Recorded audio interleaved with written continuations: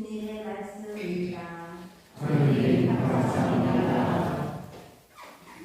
할렐루야. 할렐루야. 허리를 펴고 우리를 들어라. 너희의 속량이 가까웠다. 할렐루야. 주님께서 여러분과 함께 또한 사제의 영과 함께 누가가 전하는 거룩한 복음입니다. 주님 영광을 받으소서. 그때 몇몇 사람이 성전을 두고 그것이 아름다운 돌과 자원 예물로 꾸며졌다고 이야기하자 예수님께서 이르셨다. 너희가 보고 있는 저것들이 돌 하나도 다른 돌 위에 남아있지 않고 다 허물어질 때가 올 것이다. 그들이 예수님께 물었다. 스승님, 그러면 그런 일이 언제 일어나겠습니까? 또 그 일이 벌어지려고 할 때 어떤 표징이 나타나겠습니까? 예수님께서 이르셨다. 너희는 속는 일이 없도록 조심하여라. 많은 사람이 내 이름으로 와서 내가 그리스도다, 또 때가 가까웠다 하고 말할 것이다. 그들 뒤를 따라가지 마라. 그리고 너희는 전쟁과 반란이 일어났다는 소문을 듣더라도 무서워하지 마라. 그러한 일이 반드시 먼저 벌어지겠지만 그것이 바로 끝은 아니다. 이어서 그들에게 말씀하셨다. 민족과 민족이 맞서 일어나고 나라와 나라가 맞서 일어나며 큰 지진이 발생하고 곳곳에 기근과 전염병이 생길 것이다. 그리고 하늘에서는 무서운 일들과 큰 표징들이 일어날 것이다. 그러나 이 모든 일에 앞서 사람들이 너희에게 손을 대어 박해할 것이다. 너희를 회당과 감옥에 넘기고 내 이름 때문에 너희를 임금들과 총독들 앞으로 끌고 갈 것이다. 이러한 일이 너희에게는 증언할 기회가 될 것이다. 그러나 너희는 명심하여 변론할 말을 미리부터 준비하지 마라. 어떤 적대자도 맞서거나 반박할 수 없는 원변과 지혜를 내가 너희에게 주겠다. 부모와 형제와 친척과 친구들까지도 너희를 넘겨 털어는 죽이기까지 할 것이다. 그리고 너희는 내 이름 때문에 모든 사람에게 미움을 받을 것이다. 그러나 너희는 머리카락 하나도 잃지 않을 것이다. 너희는 인내로서 생명을 얻어라. 주님의 말씀입니다. 예수님 감사합니다. 예수님 예수님. 연중 제33주일 이제 34주일 지나면 대임 일주일입니다. 전례력의 끝부분에 와 있습니다. 연중 33주일은 2016년까지는 성신도 주일이었는데 성신도 주일이 앞으로 가고 프란치스코 교황님께서 2016년 자기의 신년을 마치면서 연중 33주일을 세계 가난한 이들을 위한 날로 정하셨습니다. 가장 가난한 분으로 세상에 오시고 머리둘 것조차 없이 가난하게 사셨고 가장 가난한 모습으로 십자가에 돌아가신 예수님을 기억하며 가난한 이들과 함께하는 삶을 살아가도록 초대하고 있는 것입니다. 사실 이 정당에 이렇게 들어와서 앉아있다는 것은 가난한 사람들이기 때문에 여기 온 거예요. 부자들은 못 옵니다. 마음이 가난한 사람은 행복하다. 하늘나라가 그들의 것이다. 참된 행복 8가지를 예수님께서 선언하시면서 제일 먼저 하신 말씀이 마음이 가난한 사람은 행복하다. 하늘나라가 그들의 것이다. 여기가 바로 하늘나라입니다. 그 성당이 지상의 하느님 나라이시고 신앙생활을 하는 여러분들이 바로 하느님 나라의 시민들입니다. 그럼 하느님 나라를 차지하는 여러분들은 가난한 사람들이에요. 가난하지 않은 사람은 부유한 사람들은 이곳에 잘 안 옵니다. 못 옵니다. 그래서 우리 모두는 예수님의 초대에 응하는 것이고 가난한 모습으로 이 자리에 있는 것입니다. 연중 시기의 막바지 우리는 하느님 나라를 향해서 가는 존재임을 깨닫도록 가르쳐주고 있습니다. 그런데 하느님 나라는 어떻게 가느냐? 그것은 순명을 통해서 다다를 수 있는 것을 가르칩니다. 세상의 악과 싸워 이기는 하느님의 뜻. 이 세상의 악을 물리치고자 애쓰는 분은 가장 애쓰는 분은 하느님이에요. 하느님께서 우리 앞에서 가장 먼저 악과 싸우는 것이죠.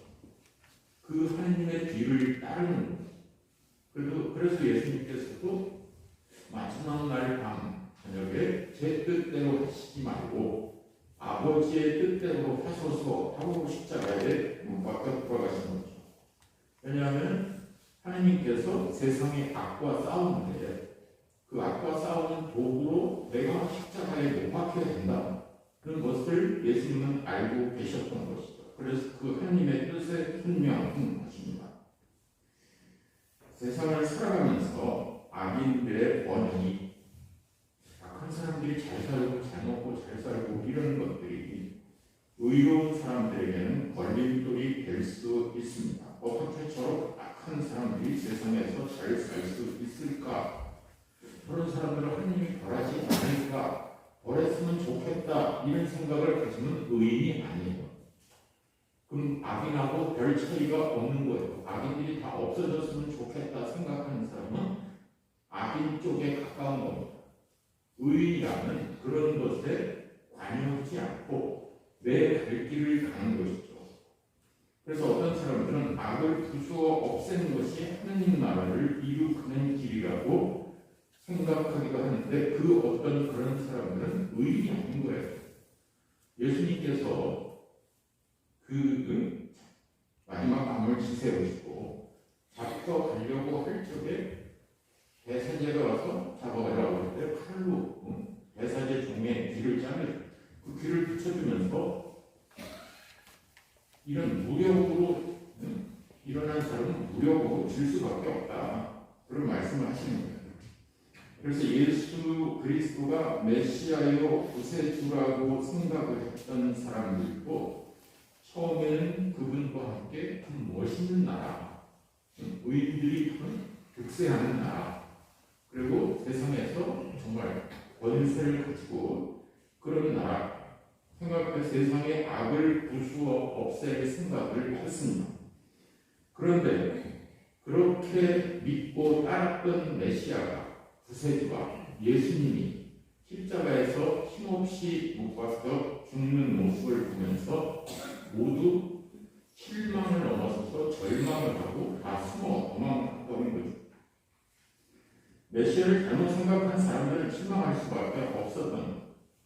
하지만 참된 메시아는 순명에 있는 것임을 알게 되었을 때 십자가의 뜻을 알 수 있게 된 것. 이게 언제예요?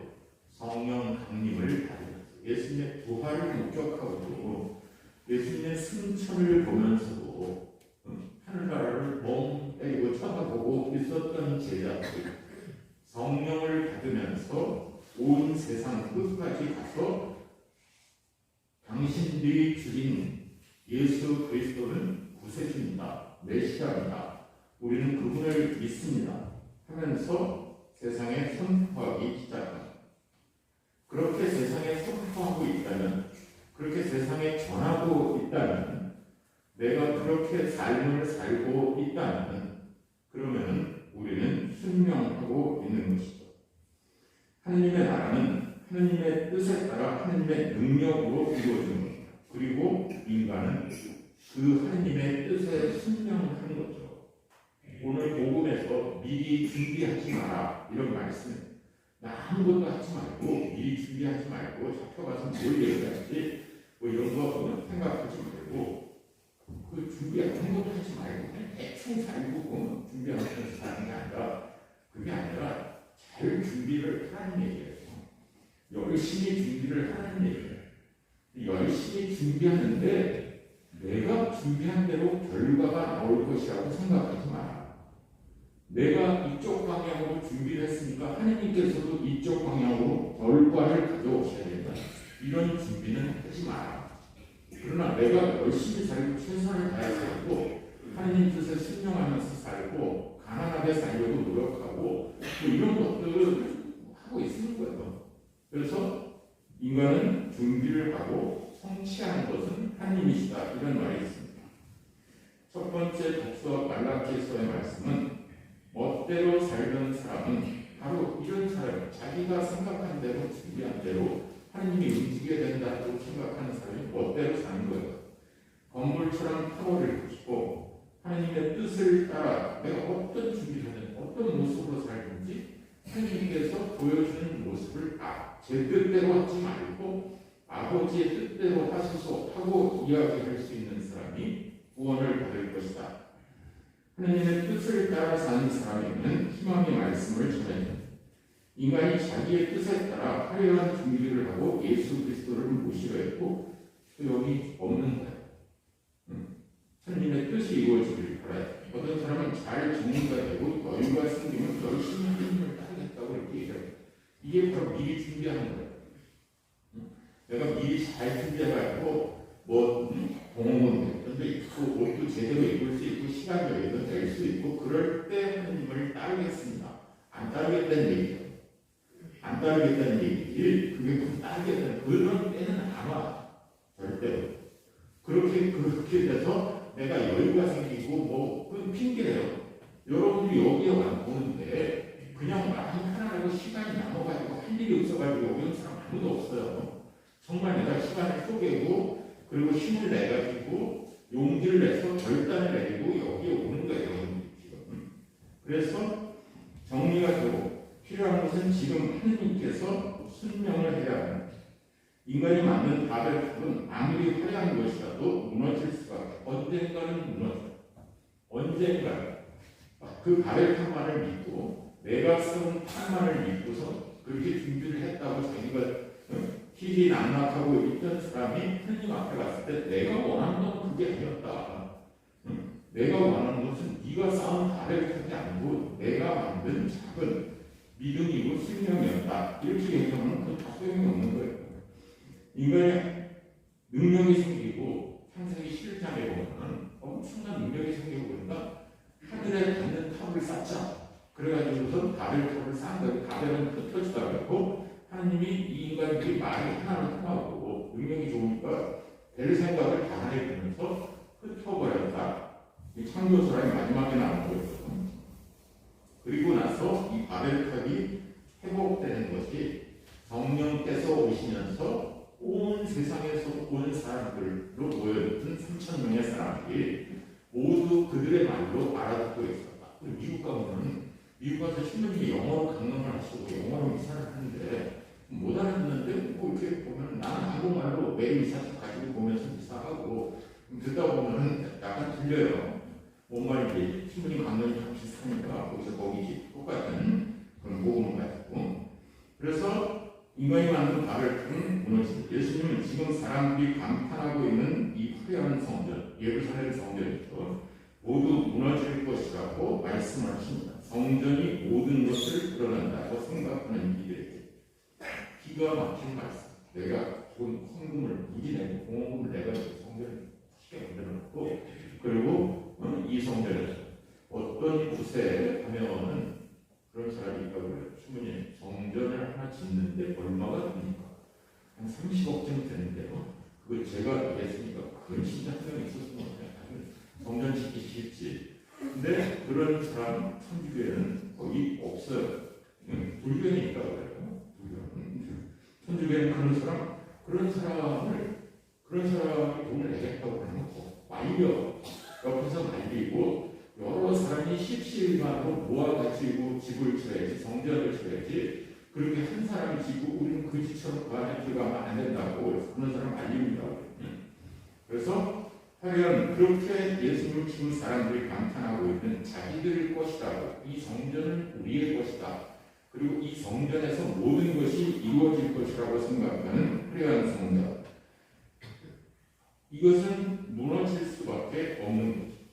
예수님은 당신의 기적을 보고 감탄하던 사람들, 그래서 무수히 많은 사람들이 예수님의 기적의 소문을 듣고 병자도 고치고 5,000명도 먹이고 마귀도 쫓아내고 이런 기적을 보고서 온 동네 사람들이 모여온 거예요.